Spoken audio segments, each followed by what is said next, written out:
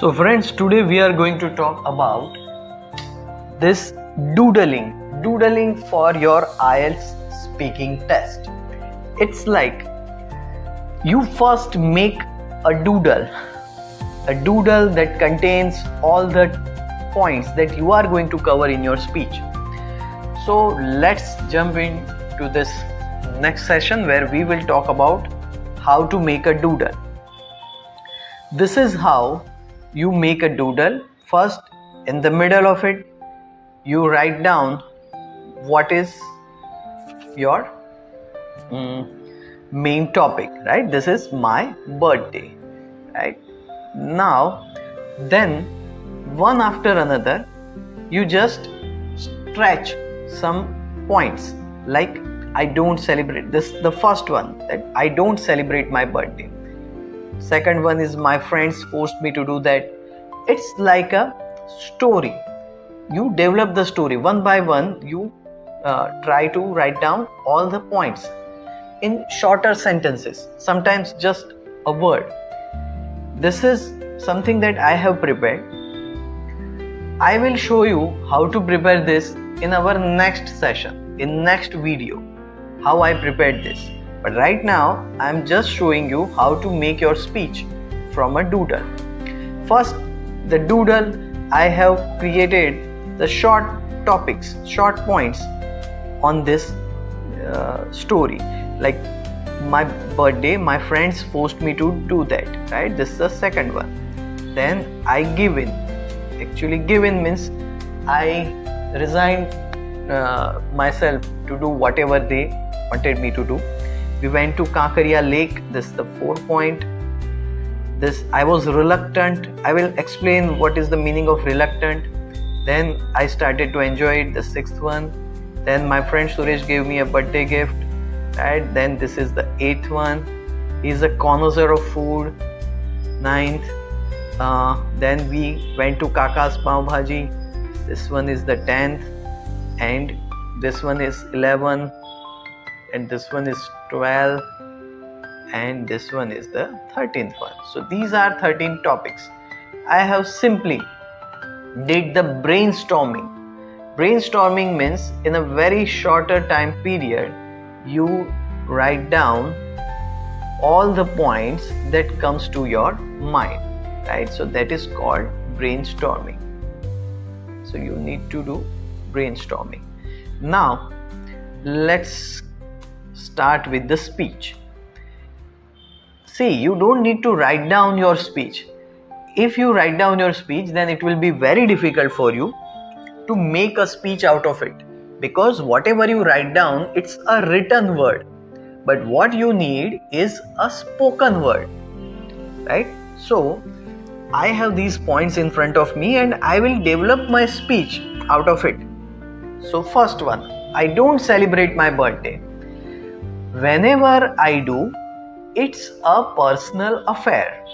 Personal affair means it's not like a romantic affair. It's affair means an event. It's a personal affair. If you want to know the meaning of something, you can go to the Cambridge Online Dictionary. Affair means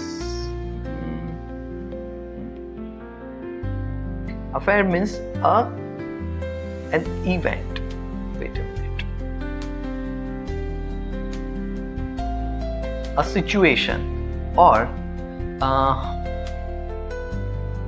an event. Affair means an event. The party turned out to be a quiet affair. Means a very small event, very quiet event. Same way, when you talk about your affair, a personal affair means it's a personal affair. You don't celebrate it with your friends in general. You celebrate it with your family. Now, on my last birthday, remember this, birthday, right? You say birthday. So with birthday, you will use the preposition on. You will use the preposition on because it's about a day. So you use the preposition on my last birthday.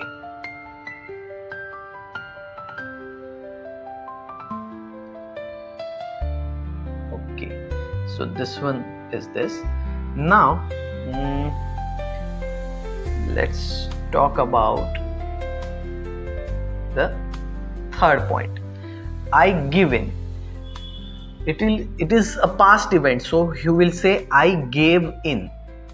Okay, I said that, okay, let's go there, let's go somewhere, let's celebrate my birthday. I was not willing to do that.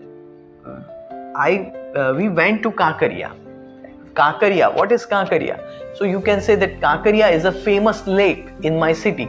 See, remember, I am just expanding each point, right? I am not simply narrating one by one all the points. I am just expanding the point. We went to Kakaria. Now you will explain what is Kakaria. Kakaria is a lake in my city which is famous for its historical place like Naginawadi and other food stalls around it. And mainly people go there for doing their morning walk.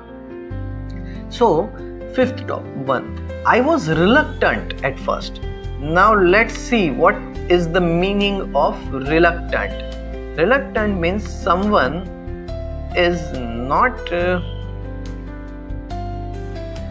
ready to do something, not willing to do something, and therefore slow to do it. You are not in mood of going somewhere with your friends, so you are reluctant. So you were reluctant at first, then I started enjoying it. Initially I was not happy with it, but then when I went to Kakaria, then I started to enjoy it. My friend Suresh gave me a birthday gift. Suresh is my best friend and he lives in the same colony where I live. I always value the feelings behind the gift, not the money. And whenever someone gives me something, I always keep it as a good memory. Suresh is a connoisseur of food. This word connoisseur, you can look it up in a dictionary. Connoisseur means someone who has a great taste, who loves something not just to consume it, but he is the real he has the great interest in that particular thing, be it a food or art object, wines or any other thing. Connoisseur means someone who truly admires something. It's not just a foodie. Foodie means he just wants to eat food just because it's tasty. But connoisseur is something like who is not just going there for taste. He is there because he admires the thing. So same way, he is a connoisseur of food. We went to Kaka's Bhaji Pav, which is famous for its Pav Bhaji. Pav Bhaji is a traditional Gujarati dish. The cook at Kaka's Pav Bhaji is a cook par excellence. Par excellence means there is no one better than him. That means when you talk about a teacher, suppose your teacher is Mr. Prakash. So Mr. Prakash is a teacher par excellence. You have a friend who is a software engineer, who is the best. So you will say he is a software engineer par excellence. Someone who is a doctor, who is a great doctor, there is no one like him, then he is a doctor par excellence. Right? Generally the boys, the friends, they foot the bill. Generally when I go with them, they foot the bill because this is their treat to me. But this time I insisted on, I said that no, I will pay the bill. So I insisted on paying the bill, right? This is insisted on, and then you use the ing form of verb. Like I insisted on going to the movie. I insisted on singing the song. I insisted on turning off the light. Means after insisted on, you use ing form of verb, right? So I insisted on paying the bill, right? So this is it. Now my friends, they gave me a pen. They gave me a pen, right? This is give, but it's a past story, so you write it. They gave me a pen. I have kept it as a souvenir. Now what is the meaning of souvenir? Souvenir is an object that you keep as a memory. You go to Agra, you visit Taj Mahal, and then you buy a miniature version. Miniature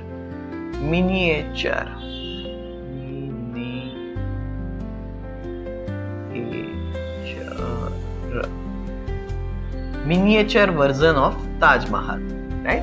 Miniature means a short version of something, right? So it's called miniature, right? So this is it. And the last one, this is this, that I am my whole life, I am forever grateful to have such great friends. So this is your speech. This is how you make your speech